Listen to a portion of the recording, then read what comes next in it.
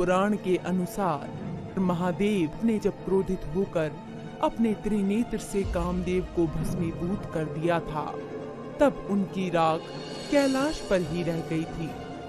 एक दिन गणेश जी के बाल मन ने कौतूहलवश उस भस्म राख से एक पुतला बना दिया और कुछ ही क्षण में वो राख का पुतला सजीव होकर कामदेव की भांति एक सुंदर बालक बन गया।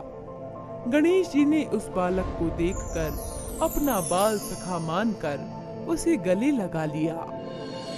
हे परम सखा, तुम महादेव की स्तुति करो, वही तुम्हारा कल्याण करेंगे, क्योंकि वो आदि और अंत है। गणेश जी ने उस बालक को शतरुद्रीय का भी उपदेश दिया। ये देखकर ब्रह्मा जी ने उसे भंड भंड कहा था, तभी से उसका नाम भंड पड़ गया था, जो आगे चलकर भंडासुर कहलाया। ओम नमः शिवाय। ओम नमः शिवाय। ओम नमः शिवाय। ओम नमः शिवाय। ओम नमः शिवाय। ओम नमः शिवाय। ओम नमः शिवाय। नमः शिवाय। नमः शिवाय। ओम नमः शिवाय। ओम नमः शिवाय। ओम नमः शिवाय। हे नाथ, ये भंडासुर आपके मंत्रों का जाप सिंहनाद के समान कर रहा है। ऐसा लग रहा है मानो आज ही प्रलय आ जाएगा। प्रभु, शीघ्र ही कुछ उपाय कीजिए, अन्यथा समस्त चराचर जगत आज ही समाप्त हो जाएगा। देवी, मैं भी हतप्रभ हूँ। मेरे बहुत से परम भक्त हुए, परंतु इस तरह मेरी भक्ति करने वाला ये मेरा पहला भक्त है। इसके द्वारा की जा रही घोर तपस्या के गर्त में कोई रहस्य छुपा हुआ है। देवी, अभी सृष्टि के प्रलय का समय नहीं हुआ, अतः आप तनिक भी भयभीत ना हो। महादेव और माता पार्वती आपस में विचार विमर्श कर ही रहे होते हैं कि तभी वहाँ पर बाल गणेश जी आते हैं। पिताश्री, मुझे क्षमा करें, ये बालक मेरे द्वारा राख से उत्पन्न किया गया। मैं स्वयं इसे अपना सखा भी मानता हूँ और ये मेरे आदेश से आपकी घोर तपस्या कर रहा है। परंतु पिताश्री, मुझे नहीं पता था ये बालक एक आसुरी प्रवृत्ति का होगा। मैंने तो इसे अपना सखा मानकर आपकी आराधना करने का आदेश दिया था। हे पुत्र गणेश, ये भंडासुर कामदेव का अंश है, जो असुर योनि में जन्मा है। भंडासुर द्वारा मेरी इस प्रकार से की जा रही घोर आराधना निकट समय में समस्त जगत के लिए शुभ संकेत नहीं है, परंतु मैं अपने भक्तों को निराश भी तो नहीं कर सकता। अतः मैं तो उनकी भक्ति के अधीन होकर उचित और अनुचित कार्यों के विषय में जानकर भी विवश हो जाता हूँ और उनके तरफ स्वयं खिंचा चला जाता हूँ। ऐसा कहकर महादेव कैलाश से अंतर ध्यान होकर भंडासुर के सम्मुख प्रकट होते हैं। भक्त भंडासुर, अपनी आंखें खोलो, मैं तुम्हारी तपस्या से अति प्रसन्न हूँ। बोलो, तुम्हें क्या वरदान चाहिए? प्रभु, अपने भक्त भंडासुर का प्रणाम स्वीकार करें। हे प्रभु, जो भी व्यक्ति मुझसे युद्ध करने की चेष्टा करे, उसकी आधी शक्ति का मैं स्वामी हो जाऊं और उसका पुरुषार्थ सदा के लिए नष्ट हो जाए। आप मुझे अनेकानेक दिव्यास्त्र प्रदान करें, जिस कारण कोई भी देवता या मानव मेरा वध ना कर पाए। हे प्रभु, आपकी इच्छा से मैं इस लोक पर 60,000 वर्ष तक राज करना चाहता हूँ। तथास्तु।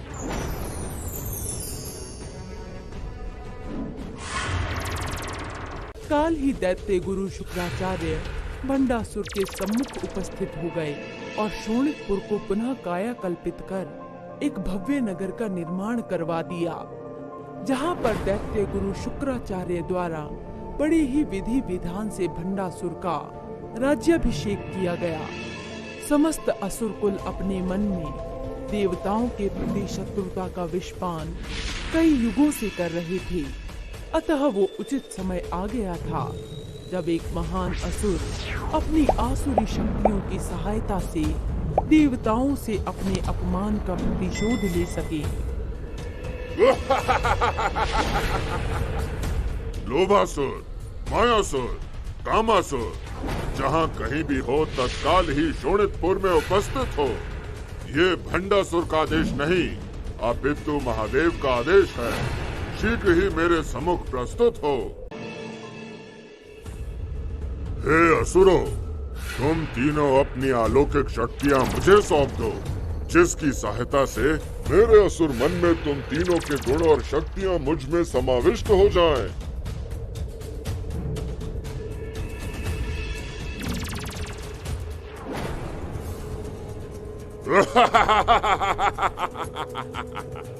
अब मेरे अंदर जाकर असुरी गुणों और शक्तियों का संचय हुआ है।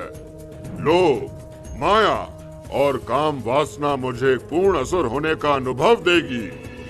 प्रिय दर्शकों, प्रारंभ में भंडासुर महादेव की भक्ति करते हुए उनके ही आदेश के पालन से अपना राज्य संचालित करता है और उसके अनुयायी दैत्य भी धर्म का अनुसरण करते थे, जिसके कारण कुछ असुरों को भंडासुर के द्वारा किया जा रहा देवताओं के प्रति मित्रवत व्यवहार तनिक भी पसंद नहीं आ रहा था। परंतु वो चाहकर भी भंडासुर से शत्रुता मोल नहीं ले सकते थे। परंतु कालांतर में वो माया, लोभ और काम वासना का पूर्ण सशक्त बन बैठा। जब उसे अपनी चार पत्नियों से भी काम वासना पर तृप्ति ना मिली, तो वो एक दिव्य अप्सरा के मोह पाश में पड़ गया। इसी बीच देवर्षि नारद मुनि स्वर्गलोक पहुंचकर देवताओं को भंडासुर के आतंक के विषय में अवगत कराते हैं। नारायण नारायण, यहाँ पर तो आनंद ही आनंद है। आइए नारद जी, विराजिए। इंद्रदेव, मैं यहाँ विराजने नहीं, अपितु एक अशुभ समाचार लेकर आया हूँ। अशुभ समाचार? कैसा अशुभ समाचार? इसके बाद नारद जी इंद्रदेव को भंडासुर के दिव्य अप्सरा के मोह पाश से अवगत कराते हैं। नारद जी के सचेत करने पर आखिरकार इंद्रदेव क्या करेंगे? भंडासुर किस प्रकार अपनी काम वासना को संतुष्ट करेगा और किस प्रकार होगा भंडासुर का अंत? इन सब के पश्चात उसके मन में आसुरी प्रवृत्ति पैदा हो जाती है, जिसके कारण वो स्वर्ग लोक पर आक्रमण कर उसे प्राप्त करने की योजना बनाता है। नारायण नारायण, स्वर्ग लोक में जहाँ भी दृष्टि डालो वहाँ मनोरम और रमणीय छटा फैली हुई है। वाह क्या बात है, यहाँ पर तो आनंद ही आनंद है।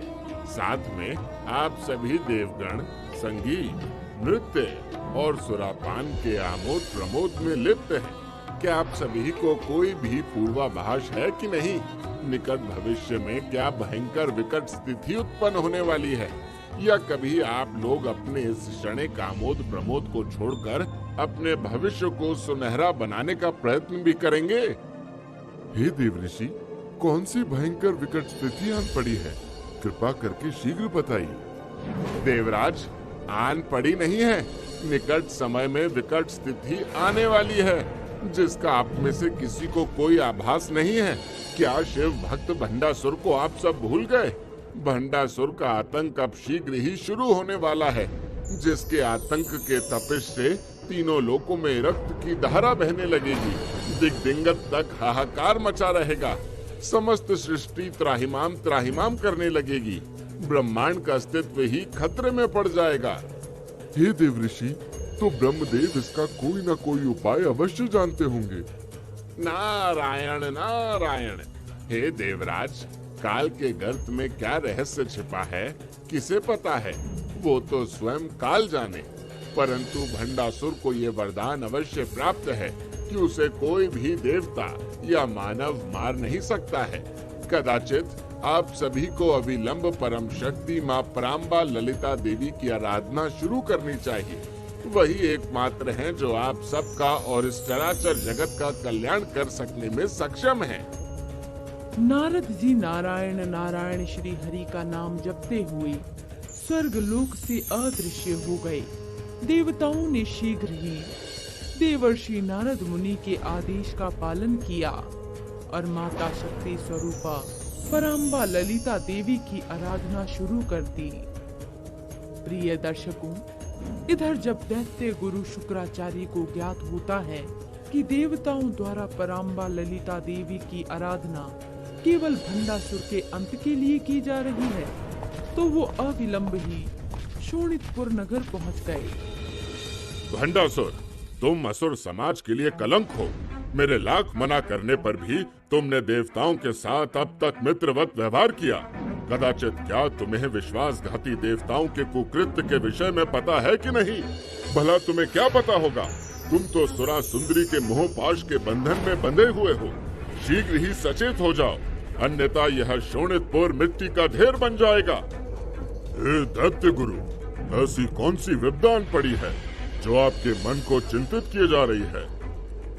भंडासुर, मैं तुम्हें सावधान करने आया हूँ, क्योंकि तुम ही असुर कुल के आखिरी कुल गौरव हो, जिसका मैं भी सूर्यास्त नहीं देखना चाहता। मैं तुम्हें सचेत करने आया हूँ कि इंद्र सहित सभी देवता गणों ने अपनी विजय के लिए हिमालय पर पराशक्ति ललिता देवी की उपासना प्रारंभ कर दी है। यदि आदि पराशक्ति ललिता देवी ने देवताओं की पुकार सुन ली, तो समझो असुर कुल का अस्तित्व ही समाप्त हो जाएगा। छली कपटी देवताओं का इतना साहस कि वो भंडासुर का अंत करेंगे। उन्हें मेरी दिव्य शक्तियों का तनिक भी ज्ञान नहीं है क्या, जो मुझसे शत्रुता मोल ले रहे हैं? तुम शीघ्र ही देवताओं की पूजा में विघ्न डालो, जिससे उनकी पराशक्ति ललिता देवी की उपासना पूरी ना हो पाए। दैत्य गुरु शुक्राचार्य के आदेश से भंडासुर ने दल बल के साथ देवताओं पर आक्रमण कर दिया। देवताओं को खतरे में देखकर पराम्बा ललिता देवी ने अपनी शरण में आए हुए देवताओं की रक्षा के लिए ज्योति के एक अलंघ्य शक्तिशाली कुंड का निर्माण कर दिया। ये देखकर भंडासुर क्रोधित हो गया। दिव्य ज्योति से निर्मित उस अडिग दीवार पर भंडासुर ने दानव अस्त्र का प्रयोग कर उसे तोड़ डाला, परंतु तत्क्षण ही वहां पर पुनः एक अन्य अलंघ्य दीवार स्वतः निर्मित हो गई। ऐसा देखकर भंडासुर ने वायु शास्त्र से उस अलंघ्य दीवार को पुनः तोड़ दिया, किंतु तत्क्षण पुनः वो शक्तिशाली दीवार स्वतः निर्मित हो जाती है। भंडासुर बारंबार उस दीवार को तोड़ने का प्रयास करता है, परंतु वो सफल नहीं हो पाता। तत्पश्चात भंडासुर निराश एवं थक हार कर शोणितपुर लौट आता है। भंडासुर पराजित होकर तो लौट आया था, परंतु उसके भय से देवताओं की दशा दयनीय हो गई थी। वो विचार करते हैं कि जिस दिन दीवार नहीं रहेगी, उस दिन हम लोगों का बच पाना कठिन हो जाएगा। अब कहीं छिप या डर कर नहीं रहा जा सकता। अंत में देवताओं ने सर्वसम्मति से ये निर्णय लिया कि या तो पराम्बा का दर्शन करें या भंडासुर के हाथों मारे जाएं। देवगण के भक्ति भाव से प्रसन्न होकर पराम्बा ललिता देवी प्रकट हो गईं। उनके अद्भुत दर्शन पाकर देवता कृतज्ञ हो गए। पराम्बा ललिता देवी का स्वरूप श्रृंगार देवी के रूप में था। ब्रह्मा जी ने ये देखकर सोचा कि इनका विवाह महादेव से ही संभव है। इतना संकल्प करते ही भगवान शंकर कुमार बनकर वहां प्रकट हो गए। ब्रह्मा जी ने उस युवक अवतार का नाम कामेश्वर रखा। पराशक्ति ने कामेश्वर को देखा, दोनों एक दूसरे पर मंत्रमुग्ध हो गए। देवताओं ने उनका विवाह करा दिया और पराम्बा ललिता देवी को उस पुर की अधीश्वरी बना दिया। उधर देवताओं से पराजित होने के उपरांत भंडासुर समस्त भूलोक पर अत्याचार करने लगा। अहंकार में आकर वो मंगल मूर्ति श्री गणेश और शंकर जी की अवहेलना करने लगा, जिस कारण माता पराम्बा ललिता देवी क्रोधित होकर रणभूमि में आ गई। माता पराम्बा के साथ गणेश जी भी रणभूमि में भंडासुर के विरुद्ध आ खड़े हुए, क्योंकि गणेश जी को सनातन धर्म में बुद्धि, विवेक और ज्ञान का विवेक से स्वरूपी स्तंभ माना गया है। इसीलिए उन्होंने माता ललिता देवी को अपने परामर्श से भंडासुर द्वारा प्रयोग किए जाने वाले अस्त्रों का काट बताया। दुष्ट भंडासुर, तुम्हारे अत्याचार से समस्त सृष्टि में हाहाकार मचा हुआ है। तू क्षमा के योग्य नहीं है। तेरी मृत्यु मेरे हाथों ही निश्चित है। ए सुंदरी, तुम्हें तनिक भी ज्ञात है कि नहीं तुम किसके सम्मुख खड़ी हो? भंडासुर, जिसके नाम मात्र से देवता गण थर थर कांपने लगते हैं। मेरे भय के विषय में तुम्हें कायर इंद्र ही बता देगा, जो तेरी गोद में जा छिपा है। दुष्ट, तेरा अंतिम समय निकट है। तूने विघ्नहर्ता गणेश और महादेव का अपमान किया है। भंडासुर मां ललितांबा के रूप लावण्य पर मंत्रमुग्ध हो गया, क्योंकि उसके ऊपर लोभासुर, मायासुर और कामसुर तीनों गुणों की आसक्ति होती है।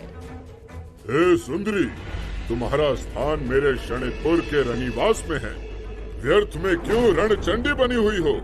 अभी कुछ ही क्षणों में तुम्हारे साथ समस्त देवतागण मेरे बाहुबल के सम्मुख धूल धूसरित हो जाएंगे, क्योंकि तुम्हें मेरे बाहुबल का तनिक भी ज्ञान नहीं है। अतः तुम भंडासुर का प्रणय निवेदन स्वीकार कर लो। हम दोनों के मिलन से जो संतान उत्पन्न होगी, वह त्रिदेवों से भी शक्तिशाली होगी। दुष्ट कामातुर असुर, तेरे जैसे असुरों के कारण ही समस्त नारी जगत को अपमानित होना पड़ता है। तू नारी को केवल एक उपभोग की वस्तु समझता है। नारी अगर कोमल है तो वो शक्ति स्वरूपा भी है, जो तेरे जैसे अधर्मी के अहंकार को पल भर में नष्ट कर अपने तेज से भस्म कर सकती है। अतः तू नारी को अबला या शक्तिहीन होने की कल्पना भी मत करना।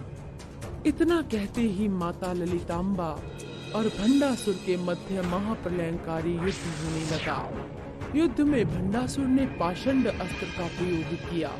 प्रत्युत्तर में माता परांबा ने गायत्री मंत्र के द्वारा उस अस्त्र को निष्फल कर दिया।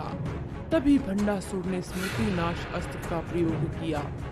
तब मां ने धारण के द्वारा उसे नष्ट किया। अपने सारे अस्त्र को विफल होता देख अति क्रोधित होकर भंडासुर ने यक्ष्मा रूपी अस्त्र का प्रयोग किया। तब परांबा ने अच्युत अनंत गोविंद नाम रूप मंत्रों से उस अस्त्र को निष्फल कर दिया। इसके बाद भंडासुर ने हिरण्याक्ष, हिरण्यकश्यप, रावण, कंस और महिषासुर को उत्पन्न किया। तब ललितांबा ने अपनी 10 उंगलियों के नख से वराह, नरसिंह, राम, कृष्ण, दुर्गा आदि को उत्पन्न किया।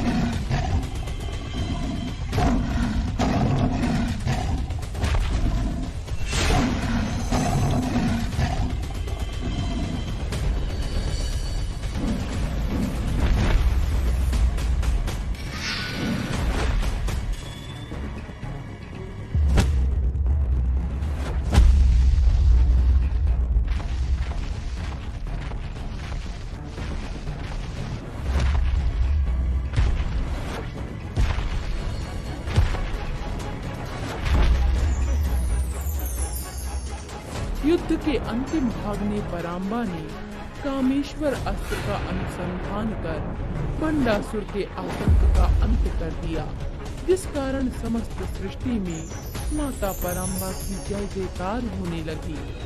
पराशक्ति माँ ललिताम्बा 10 महादेवियों में गिनी जाती है। इनका ये स्वरूप इतना मोहक है कि इन्हें माता त्रिपुर सुंदरी के नाम से भी पूजा जाता है।